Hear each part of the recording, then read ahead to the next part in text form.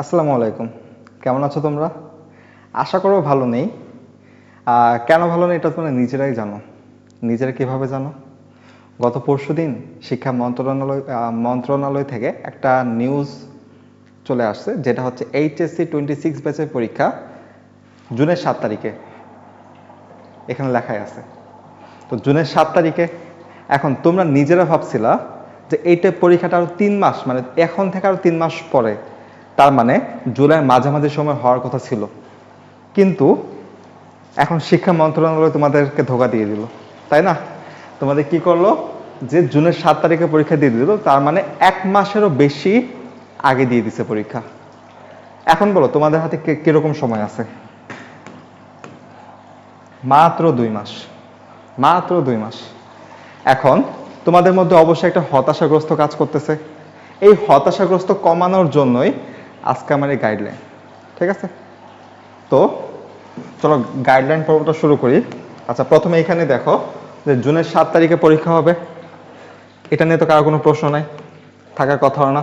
জুনের 7 তারিখে পরীক্ষা, আর 2 মাস, এটা হচ্ছে মেইন জিনিস। 2 মাস সময়টাকে তুমি কিভাবে ইউটিলাইজ করবা, এটা হচ্ছে তোমার নিজের আর কি ভালোভাবে দেখতে হবে। ঠিক আছে,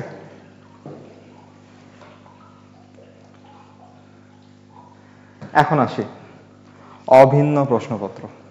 এটা নিয়েও অনেকের অনেক কথাবার্তা ছিল যে অভিন্ন প্রশ্নপত্র করলে হয়তো আমাদের ভালো হতো।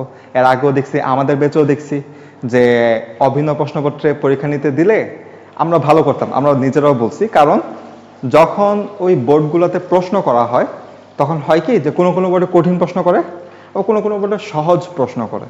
তো যে সকল বোর্ডে সহজ প্রশ্ন করে তারা তো আগাই গেল মার্কের দিক দিয়ে, কারণ অ্যাডমিশনে বড় একটা নাম্বার আসে, বড় একটা মানে রিকোয়ারমেন্ট আসে মার্কের ওপরে। যেমন বুয়েট, কুয়েট, রুয়েট, চুয়েট, এগুলোতে গ্রেডের পাশাপাশি মার্কটাও দেখে। ঠিক আছে, তো এখন তোমার হয় কি অভিন্ন প্রশ্নপত্রের পরীক্ষা হলে যারা ওই কঠিন প্রশ্নের পরীক্ষা দিচ্ছিল তারাও ওই সহজ প্রশ্ন পরীক্ষা দেওয়ার সুযোগ পাবে। মানে সবাই একই প্রশ্নের পরীক্ষা দিবে।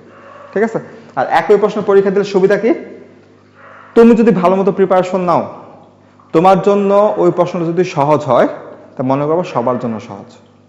তোমার জন্য যদি ওই প্রশ্নটা কঠিন হয় তো মনে করো সবার জন্য কঠিন। সবার জন্য কেন কঠিন, তুমি অবশ্যই ভালো মতো প্রিপারেশন নিছো, তো তুমি ভালো মতো প্রিপারেশন, তোমার মধ্যে একটা কনফিডেন্স আছে তুমি ভালো করবা। তো এখন তোমার পরীক্ষা যদি খারাপ হয়ে যায়, আল্লাহ না করুক খারাপ হয়ে যায়, তো তখন তুমি মনে করবা যে এটা তোমার সিলেবাসের বাইরে, বা নর্মালি যেগুলো আসার কথা ওগুলো আসেনি। তো তোমার আসে মানে কারোরই আসেনি। তো তুমি রিল্যাক্সে মাথা ঠান্ডা রেখে পরীক্ষাটি দিতে হবে। আর অভিন্ন প্রশ্নপত্র পরীক্ষা দেওয়ার ক্ষেত্রে এই জিনিসটা অবশ্যই খেয়াল রাখবা যে গত বছরগুলোতে যে শিক্ষামন্ত্রী ছিল এখন কিন্তু সেই শিক্ষামন্ত্রী নেই, চেঞ্জ হয়ে গেছে। তো শিক্ষামন্ত্রী চেঞ্জ হওয়ার কারণে প্রশ্নের প্যাটার্ন চেঞ্জ হবে, তাই না? অবশ্যই প্রশ্নের প্যাটার্ন চেঞ্জ হবে। গত বছরগুলোতে যে শিক্ষামন্ত্রী ছিল সেই শিক্ষামন্ত্রী যেভাবে প্রশ্নটা করছিল, বা শিক্ষা মন্ত্রণালয় যেভাবে প্রশ্নটা করছিল, এখন অবশ্যই প্রশ্নের প্যাটার্নে সামান্য একটু চেঞ্জ আসতে পারে। এখন আসবে বলছি না, আসতে পারে। তোমাদের ওইভাবে মেন্টালি সেট করে প্রিপারেশনটা আগায় নিতে হবে। ঠিক আছে, এখন অনেকের কথা যে প্রশ্ন সহজ হবে নাকি প্রশ্ন কঠিন হবে। এখন আমাকে বলো তো, প্রশ্ন সহজ হোক আর কঠিন হোক ওইটা নিয়ে তোমার মাথা ব্যথা, তোমার চিন্তা করার দরকার আছে? দরকার নাই। কারণ তোমার যদি প্রশ্ন সহজ হয় তাও তুমি ভালো পরীক্ষা দিবা, প্রশ্ন কঠিন হলে তাও তুমি ভালো পরীক্ষা দিবা। কেন দিবা? তুমি প্রিপারেশন ভালো নিছো। নিজের মধ্যে কনফিডেন্স থাকতে হবে যে তুমি প্রিপারেশন ভালো নিছো, আমি পরীক্ষা যেমনই হোক না কেন আমি পরীক্ষা ভালো দিব। ঠিক আছে, এখন তাহলে ভয় কারা পাবে? আছে না যে ভয় পাবো, ভয় কারা পাবে?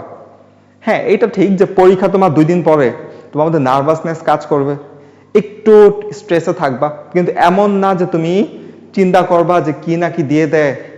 আমি তো পড়ছি এই 2 পৃষ্ঠা, এখন প্রথম 2 পৃষ্ঠা পড়ছি, তৃতীয় পেজ থেকে যদি কিছু দিয়ে দেয় তখন আমি পারবো না। এই ধরনের চিন্তা যেন থাকা না যায়, মানে এই ধরনের চিন্তা যেন তোমার মাথায় না আসে। ঠিক আছে, তো প্রশ্ন সহজ হোক আর কঠিন হোক অবশ্যই মাথায় মেন্টালি সেট করে রাখবে প্রশ্ন গত বছরগুলোর তুলনায় একটু হলেও চেঞ্জ হবে। এখন ওইভাবে ওই খুঁটিনাটি সব ভালো মতো পড়তে হবে। খুঁটিনাটি কেন বললাম? অনেকে ইম্পর্টেন্ট টপিকের উপর গুরুত্ব দেয়, সাজেশন নিয়ে পড়ে, বিভিন্ন স্যাররা সাজেশন দিয়ে বেড়ায়। এখন ওই সাজেশনগুলো স্কিপ করতে হবে। এখন ওই সাজেশনগুলো দিয়ে হয়তো গত বছরগুলোতে হয়ে যেত, কিন্তু এই বছরে তো আর হবে না। তো সাজেশনগুলো স্কিপ করে তোমার খুঁটিনাটি সব পড়তে হবে। এখন খুঁটিনাটি সব পড়ার সময় কি? এখন বলো ভাই আছে 2 মাস সময়, এখন খুঁটিনাটি কি পড়বো? এত খুঁটিনাটি পড়ার সময় আছে? এখন আছে 2 মাস সময়। তুমি তো এই যে 1.5 বছর ধরে শুধু বসেছিলে এরকম না, তুমি তো পড়ে আসছো। এখন তুমি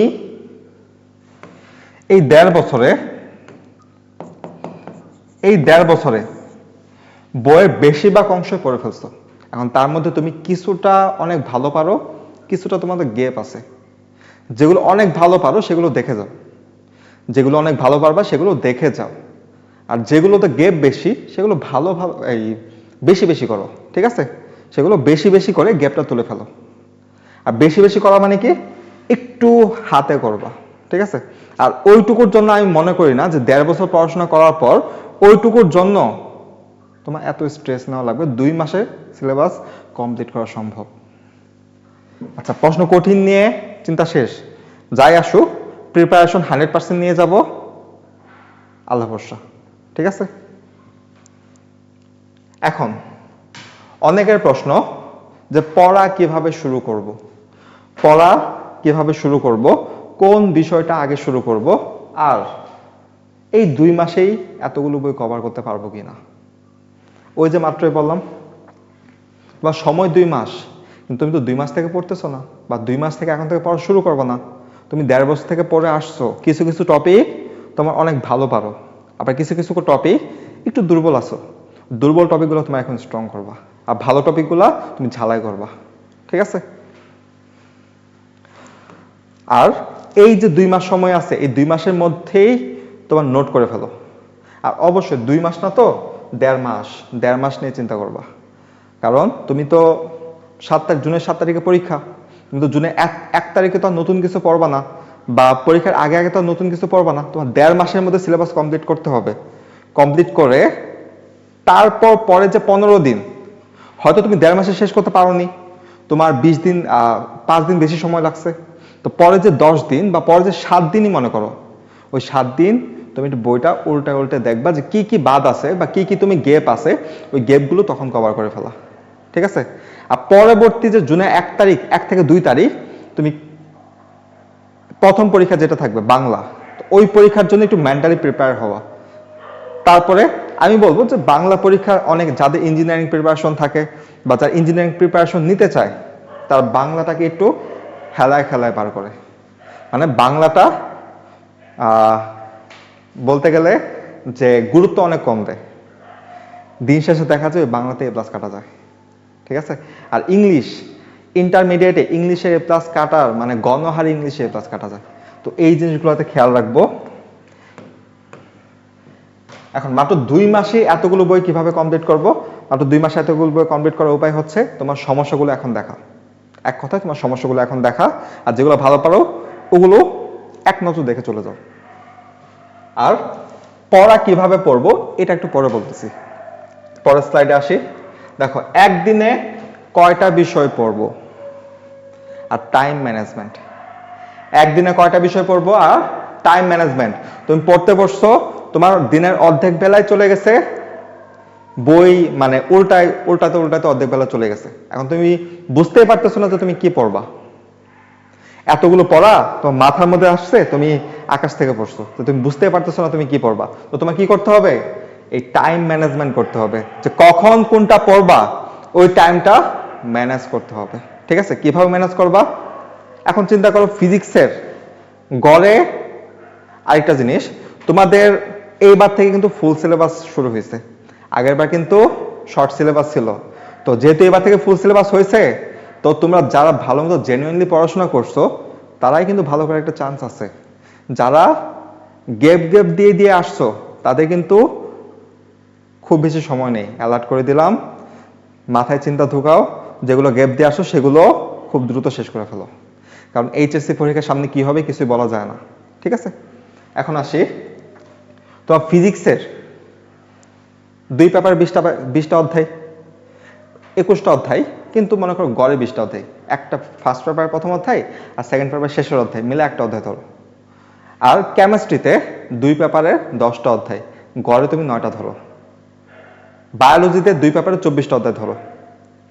তারপরে তোমার ম্যাথে 2 পেপারের 20টা অধ্যায়। এখন সব মিলে দেখা যায় 63 থেকে 64টা অধ্যায়। কয়টা অধ্যায়? 63 থেকে 64টা অধ্যায়। আর তোমার হাতে সময় আছে কয়দিন? 1.5 মাস। 1.5 মাসের মধ্যে তো শেষ করতে হবে নাকি? এখন তোমার হাতে সময় আছে 1.5 মাস, মানে 45 দিন। তোমার হাতে সময় আছে 45 দিন। তো 45 দিনে দেখো তো, একদিনে তো একটা অধ্যায় পাচ্ছ না, তো কি করবা? একদিনে তো একটা অধ্যায় পাচ্ছ না। তো আমার 63 থেকে 64টা অধ্যায়, আর গড়ের সময় আছে 45 দিন। এই 45 দিনে আমার 63 আর 64 অধ্যায় শেষ করতে হবে। আর আর কি সাবজেক্ট নাই? ফিজিক্স, কেমিস্ট্রি, ম্যাথ, বায়োলজি ছাড়া বাংলা, ইংলিশ, আইসিটি নাই? আছে তো। এখন আমি তোমাকে বলি, ভালো মতো মনোযোগ দাও। টাইম ম্যানেজমেন্ট কিভাবে করবা? মনে করো তোমার দিনে 24 ঘন্টা সময়, দিনে 24 ঘন্টা সময়। তো এই 24 ঘন্টার মধ্যে তোমার অবশ্যই 6 ঘন্টা ঘুম, তাই না? তো অবশ্যই 6 ঘন্টা ঘুম। আর এখন অনেকে মনে করবে কি যে পড়া ছিটাই ফেলবো, সারা রাত জেগে পড়াশোনা করবে, তখন দেখা যাবে কি কয়দিন এরকম হতে হতে অসুস্থ হয়ে যাবে। সামনে পরীক্ষা, এখন অসুস্থ হলে হবে? নিজের সুস্থ রাখতে হবে। তো মিনিমাম 6 ঘন্টা ঘুমাতে হবেই, কিন্তু 6 ঘন্টা বেশি ঘুমানো যাবে না, ঠিক আছে? তো 6 ঘন্টা ঘুমাবা। 6 ঘন্টা কিসের জন্য? ঘুম, ঠিক আছে? তারপরে আসি, দিনে একদিনে 1 ঘন্টা বাংলা, 1 ঘন্টা ইংলিশ। এখন 1 ঘন্টা বাংলাকে বাংলা বই নিয়ে বসে থাকবে এরকম না। তুমি একটা টার্গেট নিয়ে আসো যে 1 ঘন্টায় একটা গদ্য বা একটা পদ্য শেষ করব, বা 1 ঘন্টায় একটা গদ্য বা একটা পদ্য শেষ করব, বা 1 ঘন্টায় ইংলিশের একটা ইউনিট বা একটা পার্ট শেষ করব। যেমন মনে করো প্রিপোজিশন, ঠিক আছে? এখন তোমার তো নোট না থিওরি দেখবা। থিওরি বলতে যে কিভাবে কি থিওরি, এই খুব দ্রুত কিভাবে এখন আনসার করা যায় ওইটা দেখবা, তাই না? প্রিপোজিশন তো এখন খুঁটিনাটি পড়ার সময় নাই। তো ওইটা 1 ঘন্টার মধ্যে একটা পার্ট শেষ করবা। এখন পার্ট শেষ করার পর তোমার সময় কতক্ষণ চলে গেল? মোট 2 ঘন্টা চলে গেছে।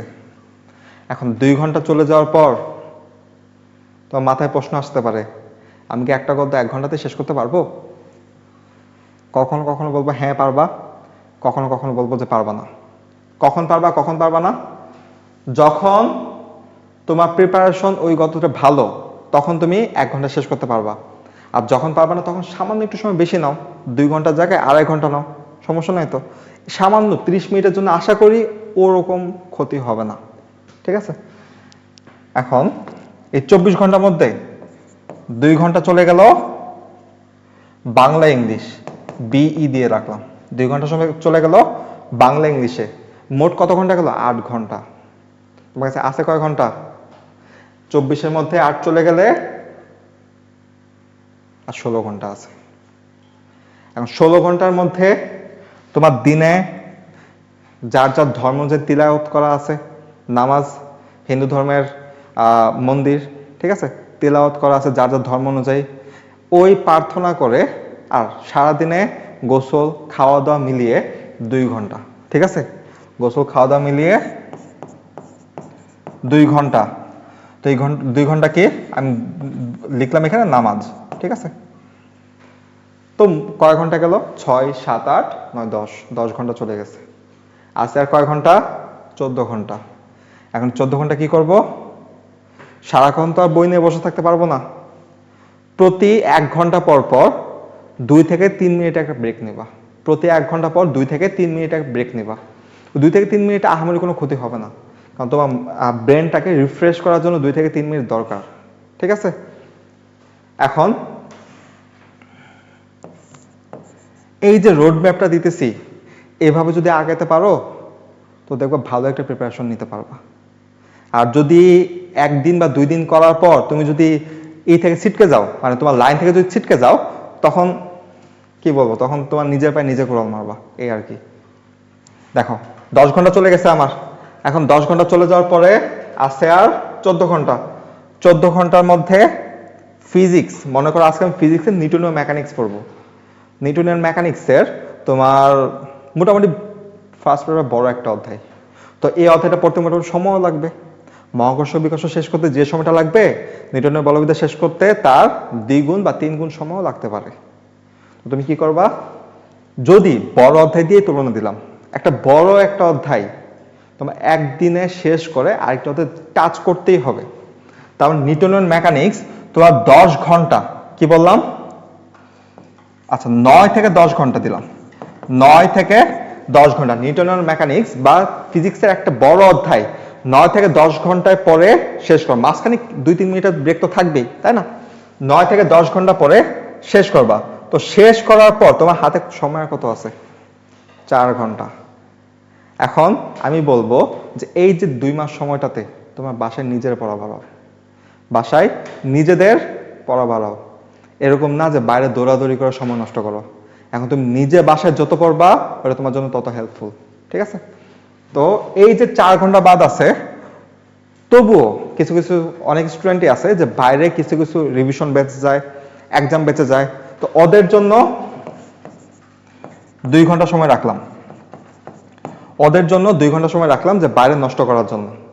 আর কিছু কিছু যদি বেশি করো তো আরো 2 ঘন্টা, যদি বেশি পড়ো, রিভিশন ব্যাচ যদি বেশি পড়ো তো আরো 2 ঘন্টা, তো 4 ঘন্টা। তো কত হলো? 6, 7, 8, 9, 10, 10 আর 10 20, 20 আর 4 24।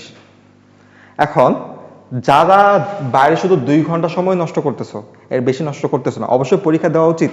বাইরে পরীক্ষা দেওয়ার জন্য এই 2 ঘন্টা রাখলাম, এটা তুমি অবশ্যই কাজে লাগাবা 2 ঘন্টা পরীক্ষার জন্য। কিন্তু বাকি যে 2 ঘন্টা তোমার যদি দরকার না থাকে তো বাইরে পড়ার দরকার নাই, তুমি নিজে একা বাসায় পড়ো, ঠিক আছে? দরকার না থাকে। আর যদি খুব প্রয়োজন থাকে তো 1 ঘন্টা থেকে এই 2 ঘন্টার মধ্যেই সব শেষ করো। আর তুমি যদি তোমার সময়টাকে তোমার সময়টাকে বাঁচাতে পারো তো ওই সময়টা কোথায় যাবে? তুমি তোমার এই সময়ের মধ্যে এখানে অ্যাড করতে পারবা, ঠিক আছে? তো এখানে অ্যাড করলে তুমি পড়তেছো কত? 9 থেকে 10 ঘন্টা। তো যদি আরো কিছু অ্যাড করতে পারো তো ওটা তোমার জন্যই তো বেনিফিট, তাই না? তো তুমি মোট কতক্ষণ পড়তেছো? 10 ঘন্টা, বাংলা ইংলিশে 2 ঘন্টা, 12 ঘন্টা। আর এখান থেকে 2 ঘন্টা বাঁচাতে পারলে মোট 14 ঘন্টা। আমার মতে তোমার এখন 14 থেকে 15 ঘন্টা পড়া উচিত দিনে, ঠিক আছে? কারণ সামনে পরীক্ষা, তোমাদের ফুল সিলেবাস আর 1 মাস আগায় দিছে। তোমরা যারা রুটিন চিন্তা করে রাখছিলা যে আমি 3 মাসের মধ্যে এগুলো শেষ করব, তোমাদের রুটিন তো একদম পুরো সর্বনাশ। এখন তো নতুন রুটিন বানানো লাগবে। তাই এই গাইডলাইনটা দেখে এখনই খাতা কলম নিয়ে বসে কি করবা, পুরো একটা খাতার একটা পেজে ঘর করবা, ঘর করে তোমার অধ্যায়গুলো আগে মার্ক করবা, কোন কোন অধ্যায় তুমি ভালো পারো আর কোন কোন অধ্যায় তুমি দুর্বল আছো। যে যে অধ্যায় দুর্বল সেই অধ্যায়গুলোতে সময় সামান্য একটু বেশি দাও।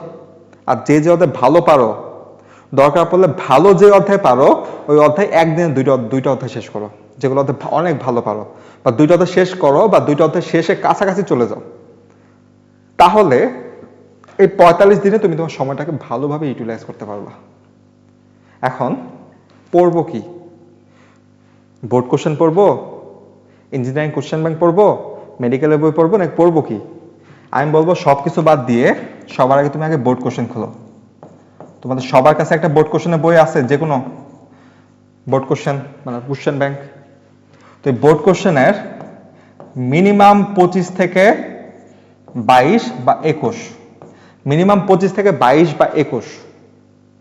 এখন তুমি যদি দেখো যে 3 বছরের বোর্ড কোশ্চেন সলভ করে তোমার কোনো সমস্যা হইতেছে না, অত সমস্যা হয় নাই, 3 বছর বোর্ড কোশ্চেন সলভ করছো, তো 1 থেকে 2টা প্রশ্ন বা 3 থেকে 4টা প্রশ্ন সমস্যা হয়েছে, তা আমি বলবো আর করার দরকার নেই, স্কিপ করো, অন্য অধ্যায়ে যাও বা অন্য টপিকে যাও। কারণ তুমি যখন ওই 3-4টা প্রশ্ন সমস্যা হয়েছে এতগুলো প্রশ্নের মধ্যে, প্রিপারেশন অনেক ভালো আছে, ঠিক আছে? তো বোর্ড কোশ্চেন এটা হচ্ছে সিকিউ এর জন্য। সিকিউ অবশ্যই সিকিউ এর সাথে সাথে এখনই ক আর খটা কভার করে নাও, এখনই ক আর খটা কভার করে নাও, কারণ পরে তুমি ক আর খ কভারের সময় পাবা না, ঠিক আছে? পরে তুমি ক খ কভারের ওরকম টাইম পাবা না। তারপরে বোর্ড কোশ্চেনের সিকিউ শেষ করার পর বোর্ড কোশ্চেনের সিকিউ শেষ করার পর বোর্ড কোশ্চেনে এমসিকিউ দেখবা, ঠিক আছে? বোর্ড কোশ্চেনের সিকিউ শেষ করার পর বোর্ড কোশ্চেনের এমসিকিউ দেখবা। এমসিকিউ দেখলে এমসিকিউ কত দেখবা? লাস্ট 25 থেকে 22 বললাম এটা, লাস্ট 25 থেকে 22 বললাম এটা। তো বোর্ড কোশ্চেন এই এমসিকিউ গুলো করলে আশা করি সবগুলো টাইপ হয়ে যায়, কারণ এমসিকিউতে ওরকম আহামরি ওরকম কোনো টাইপ থাকে না, ঠিক আছে? তারপরে কি করবা? তারপরে তোমার যদি সময় থাকে, এগুলো করার পরে তো তুমি চলে যাও ইঞ্জিনিয়ারিং কোশ্চেন ব্যাংকে। আমি বলবো এটা এখন দরকার নাই। কেন দরকার নাই? তুমি এগুলো করার পর তোমার সময় থাকবে না, তুমি কেমনে করবা, তাই না? এগুলো করার পর তোমার সময় থাকবে না, তাই এগুলো ভালো মতো শেষ করো। এগুলো 10 স্টার শেষ করার পর আর তোমার একটা অবশ্যই তুমি একাডেমিকে পড়ার সময় একটা নোট করছো, ওই নোটটা ভালো মতো পড়বা, ঠিক আছে? তো এই হচ্ছে গাইডলাইন ভিডিও। তোমার নিজেদের একটা রুটিন করো, এই 45 দিনে একটা রোড ম্যাপ তৈরি করে প্রিপারেশন নেওয়া শুরু করে দাও। আজকে এই ভিডিওটা দেখলে আজকে দেখার পরেই তোমার রোড ম্যাপটা বানানো শুরু করো, আর কালকে থেকেই তোমার প্রিপারেশন নেওয়া শুরু করো, ঠিক আছে? তো আজকে এই পর্যন্তই, ইনশাল্লাহ আগামী ক্লাসে আবার দেখা হবে।